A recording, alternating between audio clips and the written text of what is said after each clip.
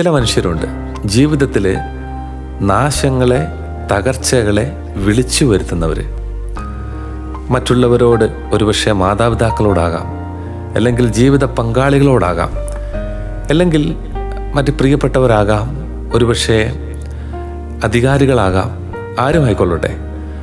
അവരോടുള്ള കഠിനമായ കോപം അല്ലെങ്കിൽ ക്രോധം നിമിത്തം, വെറുപ്പ് നിമിത്തം മദ്യപാനത്തിന് അടിമപ്പെടുന്നു, അല്ലെങ്കിൽ 6-ാം പ്രമാണം ലംഘിക്കുന്നു, അല്ലെങ്കിൽ ഒരു ജോലിയും ചെയ്യാതെ വെറുതെ ഇരുന്ന് ജീവിതത്തിൽ സമയം പാഴാക്കുന്നു. അപ്പം ഇവിടെ ഇവർ ചിന്തിക്കുന്ന ഒരു കാര്യം, അല്ലെങ്കിൽ ഇവർ പറയുന്നൊരു കാര്യമുണ്ട്. ഞാൻ ഇങ്ങനെ ആയതിൻ്റെ കാരണം ഇതെല്ലാം എൻ്റെ ജീവിതത്തിൽ വന്നതുകൊണ്ടാണ്, ഇവരെല്ലാം എന്നോട് ഇത് ചെയ്തതുകൊണ്ടാണ് ഞാൻ ഇങ്ങനെ ആയത്. ഇപ്പം ജീവിതത്തിൽ ശരിക്കും സംഭവിക്കുന്നത് കഠിനമായ കോപം അല്ലെങ്കിൽ ക്രോധം നിമിത്തം ഈ വ്യക്തി വലിയൊരു നാശത്തിലേക്ക് പോയിക്കൊണ്ടിരിക്കുകയാണ്.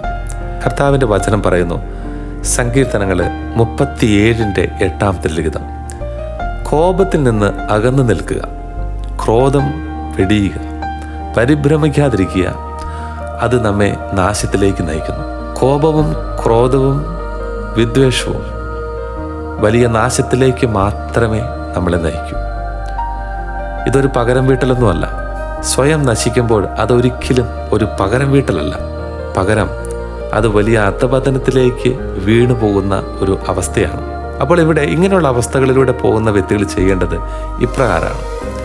1, ശാന്തമായി എല്ലാവരോടും പരിപൂർണമായിട്ട് ക്ഷമിക്കുക. 2, ദൈവത്തിൽ ആശ്രയിച്ച് പരിശ്രമിക്കുക.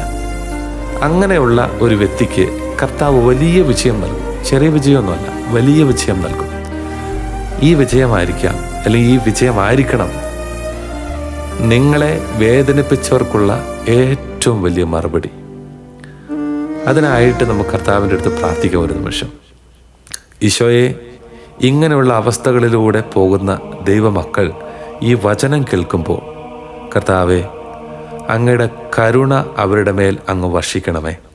ക്ഷമിക്കുവാനും പൊറുക്കുവാനും അങ്ങിൽ ആശ്രയിച്ച് പരിശ്രമിച്ച് ജീവിതത്തിൽ വിജയം കണ്ടെത്തുവാനും അങ്ങ് അനുഗ്രഹിക്കണമേ.